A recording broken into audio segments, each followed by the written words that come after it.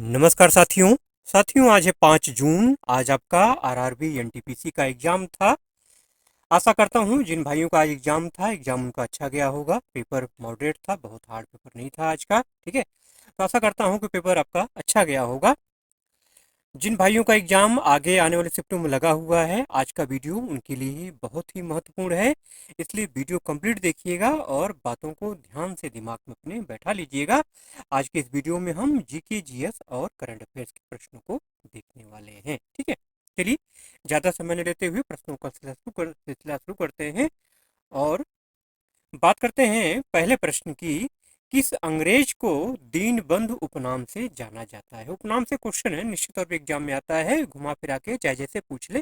ठीक है, तो किस अंग्रेज को दीनबंधु उपनाम से जाना जाता है? तो इसका जो राइट आंसर है वो है option number B, CF Andrews. जी हाँ, सीएफ एंड्रयूज एक अंग्रेज थे। ठीक है, स्वतंत्रता मतलब भारतीय जो स्वतंत्रता संग्राम था उसमें उनके योगदान को देखते हुए महात्मा गांधी ने उनको दीनबंधु की उपाधि दी थी। सीएफ एंड्रयूज का जो पूरा नाम है वो है चार्ल्स फ्रियर एंड्रयूज, जो कि एक अंग्रेज मिशनरी थे। ठीक है, जो कि भारत के स्वतंत्रता संग्राम में सक्रिय रूप से शामिल हुए थे। ठीक है, और 1904 में सेंट जॉर्ज स्कूल में दर्शन शास्त्र पढ़ाया था उन्होंने। ठीक है, सारी बातें आपको ध्यान रखनी है। अगले प्रश्न की बात करते हैं, अगले प्रश्न पे चलते हैं। निम्न में से कौन भारत के निर्वाचन आयुक्त बने हैं? ठीक है, तो इसका जो राइट आंसर है वो है सुखबीर सिंह संधू और विवेक जोशी। जी हाँ, ऑप्शन नंबर बी और सी इसका राइट आंसर है। ऑप्शन नंबर बी और सी इसका राइट आंसर है। ठीक है, अगर बात करें मुख्य चुनाव आयुक्त की, तो मुख्य चुनाव आयुक्त कौन है? श्री ज्ञानेश कुमार। 19 फरवरी 2025 को भारत के 26वें मुख्य निर्वाचन आयुक्त के रूप में उन्होंने पदभार संभाला है, श्री ज्ञानेश कुमार। अगला प्रश्न है कि सर्वाधिक अक्रियाशील तत्व निम्न में से कौन सा है? साइंस का क्वेश्चन है, तो इसका जो राइट आंसर है वो है ऑप्शन नंबर ए। जी हाँ, सोडियम। ठीक है, रिएक्टिविटी सीरीज आपको ध्यान रखना है, रिएक्टिविटी सीरीज को ध्यान से पढ़ना है, समझना है उसको। आइए उसके बारे में थोड़ा आपको बता देते हैं। देखिए, रिएक्टिविटी सीरीज में सबसे ऊपर जो होता है वो है पोटेशियम। ठीक है, सबसे ऊपर कौन है? पोटेशियम। और सबसे नीचे कौन है? वो है सिल्वर। इस तरह से पोटेशियम, सोडियम, कैल्शियम, मतलब जैसे जैसे हम पोटेशियम से सिल्वर तरफ जाएंगे तो रिएक्टिविटी क्या होती है? घटती जाती है। और जैसे जैसे हम सिल्वर से पोटेशियम तरफ जाएंगे जो है तो क्या होगा? रिएक्टिविटी बढ़ती जाती है। ठीक है भाई, इसको आपको ध्यान में रखना है। तो ऑप्शन नंबर जो ए है सोडियम, इसका राइट आंसर है। आपको ऑप्शन में सोडियम, कैल्शियम, मैग्नीशियम और जिंक दिया हुआ था, तो उसकी सोडियम सबसे ऊपर है। ठीक है, तो सोडियम क्या होगा? मोस्ट रिएक्टिव होगा। अगला प्रश्न है कि एशिया में सबसे ज्यादा रामसर स्थल किस देश में है? रामसर स्थल पे ज्यादा जानकारी चाहिए तो वीडियो बना हुआ है, जरूर से उसको देख लीजिएगा। एशिया में सबसे जो ज्यादा रामसर स्थल है वो है ऑप्शन नंबर ए, भारत। जी हाँ, हमारे देश में सबसे ज्यादा रामसर स्थल हैं। अगर वही पूछा जाए कि दूसरे नंबर पर कौन है, तो सेकंड नंबर पर है चीन। ठीक है, भारत के बाद एशिया में सबसे अधिक रामसर स्थल वाला देश है चीन। ठीक है, विश्व की अगर बात करें तो यूनाइटेड किंगडम और मेक्सिको सबसे ज्यादा रामसर स्थल दुनिया में देश हैं। ठीक है, भारत में तत्काल में जो है अब 89 हो गई है रामसर स्थलों की संख्या। ठीक है, चीन में कितने हैं? 82 हैं। इस तरह से भारत क्या है? एशिया में सबसे ज्यादा रामसर स्थल वाला देश है।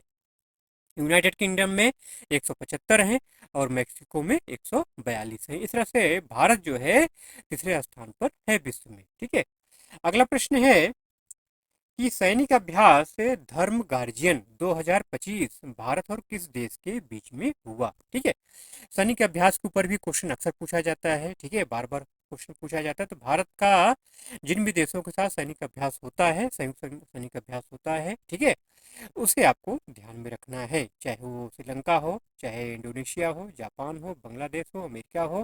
ठीक है, इसे आपको ध्यान में रखना है। तो इसका जो राइट आंसर है अगर बात करें तो ऑप्शन नंबर जो बी है इसका राइट आंसर है, जापान। जी हाँ, धर्म गार्जियन 2025 ये जो संयुक्त सैन्याभ्यास था ये भारत और जापान के बीच में हुआ।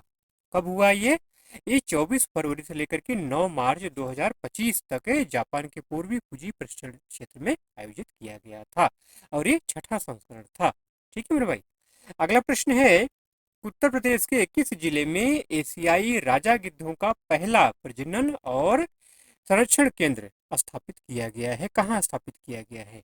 अच्छा जी, आपको और बता दूं, जो है ये एशियाई राजा गिद्धों का जो प्रजनन और संरक्षण केंद्र है, ये केवल उत्तर प्रदेश का ही नहीं है, भारत का भी पहला है और विश्व का भी पहला है। तो इसका जो राइट आंसर है वो है option number B, Gorakhpur. Question चाहे जैसे घुमा के दे दे, आराम से आंसर आप कर सकते हैं। अब उत्तर प्रदेश के मुख्यमंत्री कौन है? योगी आदित्यनाथ। ठीक है। योगी आदित्यनाथ ने 6 सितंबर 2024 को गोरखपुर वन प्रभाग के भारी वैसी कैपियरगंज रेंज में जटायु संरक्षण और प्रजनन केंद्र का उद्घाटन किया। यह एशियन किंग गिद्ध या लाल सिर वाले गिद्ध प्रजाति के लिए दुनिया का पहला संरक्षण और प्रजनन केंद्र है। अगला प्रश्न है कि राष्ट्रीय बालिका दिवस कब मनाया जाता है? तो राष्ट्रीय जो बालिका दिवस है, ठीक है, ये कब मनाया जाता है मेरे भाई? ये मनाया जाता है 24 जनवरी को। जी हाँ, ये आपको ध्यान में रखना है, 24 जनवरी। ऑप्शन नंबर जो डी है इसका राइट आंसर है। ठीक है। राष्ट्रीय बालिका दिवस 2025 की अगर बात करें, ठीक है, तो इसका जो विषय था, जो थीम था, उज्जवल भविष्य के लिए लड़कियों को सशक्त बनाना, इस बार का ये थीम था। ठीक है। अच्छा, इसकी शुरुआत कब से हुई? इसकी शुरुआत हुई 2008 में। किसने शुरुआत किया? महिला एवं बाल विकास मंत्रालय ने राष्ट्रीय बालिका दिवस मनाने की शुरुआत 2008 में की। अगला प्रश्न है कि केंद्रीय मंत्रालयों और विभागों में सर्वश्रेष्ठ झांकी किस मंत्रालय की रही? इसका जो राइट आंसर है वो है ऑप्शन नंबर डी, जनजाति कार्य मंत्रालय। जी हाँ, जनजाति कार्य मंत्रालय। आइए आपको इसके बारे में डिटेल में बता देते हैं, बहुत ही महत्वपूर्ण क्वेश्चन है। देखिए, उत्तर प्रदेश की जो झांकी थी, ठीक है, मतलब राज्यों की अगर झांकी की बात करें तो उत्तर प्रदेश की जो झांकी थी वो नंबर 1 पे रही। उसका विषय क्या था? प्रयागराज में महाकुंभ की भव्यता को उसमें प्रदर्शित किया गया था, जो राज्य और केंद्र प्रदेशों की श्रेणी में सर्वश्रेष्ठ घोषित किया गया। ठीक है। गणतंत्र दिवस समारोह का आयोजन कौन करता है? भारत सरकार का रक्षा मंत्रालय करता है। ठीक है। इस बार जो गणतंत्र दिवस समारोह हुआ, कौन सा समारोह था? ये 76वां था। इस बार मुख्य अतिथि कौन थे? इंडोनेशिया के राष्ट्रपति प्रबोवो सुबियांतो। ठीक है। अब और डिटेल में अगर बात करें पुरस्कार की, तो सशस्त्र बलों में सर्वश्रेष्ठ मार्चिंग दस्ता का पुरस्कार जो है जम्मू कश्मीर राइफल को मिला। ठीक है। अन्य सहायक बलों में सर्वश्रेष्ठ मार्चिंग दस्ता का पुरस्कार दिल्ली पुलिस मार्चिंग दस्ता को मिला। ठीक है। झांकी में आपको बताई थी यूपी को मिला है। इनका विषय क्या था, थीम क्या था? महाकुंभ 2025 स्वर्णिम भारत विरासत और विकास। दूसरा स्थान त्रिपुरा को मिला, जिसकी झांकी का विषय था शाश्वत श्रद्धा। त्रिपुरा में 14 देवताओं की पूजा, खर्ची पूजा। खर्ची, अच्छा, खर्ची पूजा के ऊपर क्वेश्चन है, निश्चित तौर पे पूछा जाता है, खर्ची पूजा का त्योहार कहाँ मनाया जाता है? त्रिपुरा, इसको आपको ध्यान में रखना है।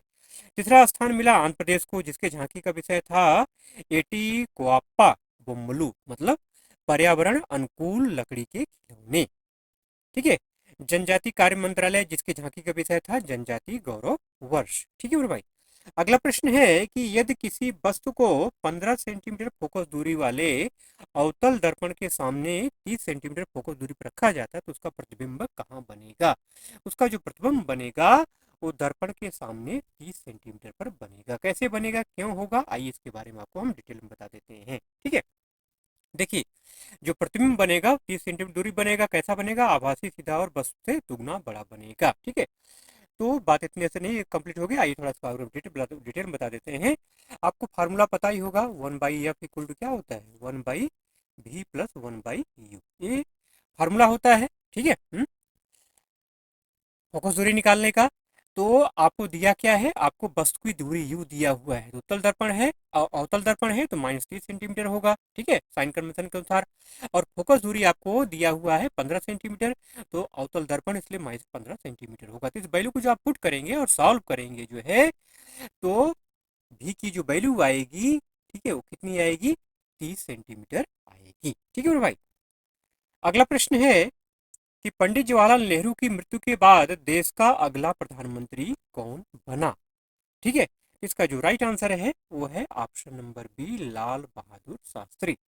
आप में से बहुत सारे लोग गुलजारी लाल नंदा और लाल बहादुर शास्त्री में कंफ्यूज हो जाते हैं। गुलजारी लाल नंदा जो है कार्यवाहक थे। वर्डों पे ध्यान देना है, शब्दों पे ध्यान देना है। ठीक है, देखिए गुलजारी लाल नंदा जवाहरलाल नेहरू की मृत्यु के बाद कार्यवाहक प्रधानमंत्री बनाए गए थे, और एक ही बार नहीं, दूसरी बार भी बनाए गए थे। दूसरी बार जब लाल बहादुर शास्त्री की मृत्यु के बाद 1966 में भी उन्हें पुनः कार्यवाहक प्रधानमंत्री बनाया गया था। ठीक है, नेहरू के बाद लाल बहादुर शास्त्री प्रधानमंत्री बने, जिनका 1 वर्ष 7 महीने का कार्यकाल ताशकंद में उनकी मृत्यु के साथ समाप्त हुआ, जो उस समय यूएसएसआर में था, मतलब सोवियत संघ में था, जहां उन्होंने भारत और पाकिस्तान के बीच ताशकंद घोषणा पत्र पर हस्ताक्षर किया था। ठीक है, नेहरू की बेटी इंदिरा गांधी 1966 में शास्त्री के बाद देश की पहली महिला प्रधानमंत्री बनी। अगला प्रश्न है कि राष्ट्रीय मतदाता दिवस कब मनाया जाता है? तो इसका जो राइट आंसर है वो है ऑप्शन नंबर ए। जी हाँ, 25 जनवरी को। ठीक है, 26 जनवरी, ठीक, एक दिन पहले जो है 25 जनवरी को राष्ट्रीय मतदाता दिवस मनाया जाता है। देखिए यहाँ पे जो ऑप्शन हमने लगा रखा है ना, 25, 26, 21, 24, ये चारों के चारों डेट क्या है, बहुत ही महत्वपूर्ण है। 26 जनवरी को गणतंत्र दिवस मनाते हैं, 21 जनवरी को मेघालय स्थापना दिवस है, 24 जनवरी को राष्ट्रीय बालिका दिवस, ऊपर आप लोग को बताया था आपको जो है। ठीक है, और 25 जनवरी को राष्ट्रीय मतदाता दिवस मनाया जाता है। ठीक है भाई, अगला प्रश्न है कि DISHA मतलब दिशा का पूर्ण रूप क्या है? बहुत ही महत्वपूर्ण क्वेश्चन है। पहले तो जान लीजिए दिशा का जो संबंध है ये किससे है? इसका संबंध है ग्रामीण विकास मंत्रालय। ठीक है, दिशा का पूरा नाम होता है district development coordination and monitoring committee, मतलब जिला विकास समन्वय एवं निगरानी समिति। ठीक है, ग्रामीण विकास मंत्रालय के द्वारा जिला स्तर पर संबंधित सांसद की अध्यक्षता में जिला विकास समन्वय एवं निगरानी समितियां, मतलब दिशा की स्थापना की गई है। अगला प्रश्न है कि निम्न में से कौन एक पारिस्थितिक तंत्र का अजैविक घटक है? जैविक और अजैविक। पारिस्थितिक तंत्र में जो है दो प्रकार के घटक होते हैं, जैविक और अजैविक। तो इसका जो राइट आंसर है वो है ऑप्शन नंबर ए, मिट्टी। जी हाँ, मिट्टी क्या है? ये अजैविक घटक है। कवक, कीटाणु, सूक्ष्म जीव सब क्या है? जैविक घटक है। लेकिन मिट्टी क्या है? अजैविक घटक है। पारिस्थितिक तंत्र क्या होता है? यह एक प्राकृतिक इकाई है जिसमें जीव और निर्जीव घटक एक साथ अंतःक्रिया करते हैं। जैविक घटक क्या होता है? ये जीवित चीजें होती है, जैसे कि पौधे हैं, जानवर हैं, सूक्ष्म जीव हैं। अजैविक घटक में निर्जीव चीजें होती हैं, जैसे कि प्रकाश है, वायु है, पानी है, मिट्टी है, पोषक तत्व हैं। ये सब क्या है? ये सब अजैविक घटक हैं। ठीक है भाई, अगला प्रश्न है कि एक वर्ग का परिमाप 120 सेंटीमीटर है, तो वर्ग के कण की लंबाई ज्ञात कीजिए। ठीक है, ये आपका क्या है? एक वर्ग है। ठीक है, तो वर्ग का जो परिमाप आपको दिया हुआ है, कितना दिया हुआ है? 120 सेंटीमीटर। जैसा कि आप जानते हैं वर्ग की सभी भुजाएं क्या होती है? आपस में बराबर होती हैं। ठीक है, तो आपको क्या निकालना है? कण की लंबाई निकालना है। कण की लंबाई का जो सूत्र होता है वो होता है a√2। ठीक है, तो 120 है ना, 120 को अगर आप 4 से भाग करेंगे कितना मिलेगा आपको? 30 मिल जाएगा। 30 सेंटीमीटर प्रत्येक भुजा क्या हो गई? 30 सेंटीमीटर हो गई। इस तरह से 30√2 क्या हो जाएगा? इसका कर्ण हो जाएगा। इस तरह से जो ऑप्शन नंबर जो बी आपका है इसका राइट आंसर है बी, 30 कणी में 2। ठीक है, अगला प्रश्न है कि मोरनी हिल्स किस राज्य में स्थित है? मोरनी हिल्स बहुत ही महत्वपूर्ण क्वेश्चन है, करंट अफेयर से संबंधित क्वेश्चन बन सकता है ये, क्योंकि हाल ही में मोरनी हिल्स में क्या होता? आग लगी थी। ठीक है, तो इसका जो राइट आंसर है वो है option number A, Haryana. Morni hills कहाँ स्थित है? हरियाणा में स्थित है। ठीक है, हरियाणा राज्य के पंचकुला जिले में ये गांव और पर्यटक आकर्षण है। यहाँ पर एक झील भी है जिसका नाम है टिक्कर ताल। अगला प्रश्न देख लेते हैं। अगला प्रश्न है कि जोगीमट्टी हिल स्टेशन किस राज्य में स्थित है? जोगीमट्टी। ठीक है, बहुत ही महत्वपूर्ण क्वेश्चन है। इसका जो राइट आंसर है वो है ऑप्शन नंबर बी, कर्नाटक। जी हाँ, जोगीमट्टी हिल स्टेशन जो है ये हिल स्टेशन के साथ साथ क्या है? वन रिजर्व भी है। अगला प्रश्न है कि अनुच्छेद 358 का संबंध किससे है? इसका जो राइट आंसर है वो है मौलिक अधिकारों का निलंबन। ठीक है, मौलिक अधिकार टोटल कितने हैं मेरे भाई? 6 है ना। हाँ, 6 मौलिक अधिकार हैं। ये 6 मौलिक अधिकार जो है आपातकाल के दौरान क्या होते हैं? ये निलंबित हो जाते हैं। मौलिक अधिकारों का उल्लेख किसमें है? अनुच्छेद 19 में जो मौलिक अधिकार उल्लेख किए गए हैं 6 जो है वो आपातकाल के दौरान क्या होते हैं, स्वतः ही निलंबित हो जाते हैं। ठीक है, तो अगला प्रश्न है कि वर्तमान में लोकसभा में नेता विपक्ष कौन बने हैं। तो इसका जो राइट आंसर है वो है option number B, Rahul Gandhi. जी हाँ, नेता विपक्ष कौन है, राहुल गांधी हैं। अच्छा, विपक्ष का नेता कौन बनता है, क्योंकि इसके पहले जो इंडिया की सरकार थी उसमें कोई विपक्ष का नेता नहीं था। तो विपक्ष का जो नेता होता है लोकसभा में सबसे बड़ी राजनीतिक पार्टी का संसदीय अध्यक्ष होता है, जो सरकार में नहीं है। विपक्ष का मतलब ये होता है जो सरकार में नहीं है। शर्त क्या है, शर्त ये है कि उक्त राजनीतिक पार्टी के पास लोकसभा में कम से कम 10% सीटें होनी चाहिए। ठीक है, इस तरह से राहुल गांधी वर्तमान में क्या है, लोकसभा में विपक्ष के नेता के रूप में कार्य कर रहे हैं। अगला प्रश्न है कि बांग्लादेश के बाद भारत किस देश के साथ सबसे लंबी सीमा साझा करता है। ठीक है, लगभग 4000 से ज्यादा 4000 किलोमीटर से ज्यादा की सीमा बांग्लादेश से हमारी लगती है। तो दूसरे नंबर पर कौन है, दूसरे नंबर पर है चीन। जी हाँ, दूसरा स्थान जो सीमा का मामले में है वो चीन का है। चीन के साथ भारत की सीमा की लंबाई 3488 किलोमीटर है। भारत है चीन के अलावा पाकिस्तान, नेपाल, म्यांमार, भूटान और अफगानिस्तान के साथ सीमा साझा करता है। सबसे छोटी जो सीमा भारत की है वो अफगानिस्तान के साथ है। ठीक है, चीन 5 भारतीय राज्य जम्मू कश्मीर, हिमाचल प्रदेश, उत्तराखंड, सिक्किम और अरुणाचल के साथ क्या करता है, सीमा साझा करता है। अगला प्रश्न है कि पंडित कंठे महाराज का संबंध किस घराने से था। तो इसका जो राइट आंसर है वो है ऑप्शन नंबर सी, बनारस घराना। पंडित कंठे महाराज का संबंध किससे था, तबला वादन से था। और आप पंडित किशन महाराज जो कि तबला वादक थे उनसे उनके क्या थे, चाचा थे। ठीक है भाई, चलिए इन्हीं प्रश्नों के साथ आज के वीडियो का एंड करते हैं। वीडियो अच्छा लगा मेरे भाई तो जाते जाते एक लाइक जरूर से कर दीजिएगा, और चैनल पर अगर नए हैं तो सब्सक्राइब करके बेल आइकन को जरूर से ऑन कर लीजिएगा। बेल आइकन को जब आप ऑन कर लेंगे ना तो आपको नोटिफिकेशन मिलेगा। ठीक है, चलिए मिलते हैं अगले वीडियो में ऐसे ही कंटेंट के साथ, ऐसी ही जानकारियों के साथ, महत्वपूर्ण जानकारियों के साथ। तब तक के लिए जय हिंद।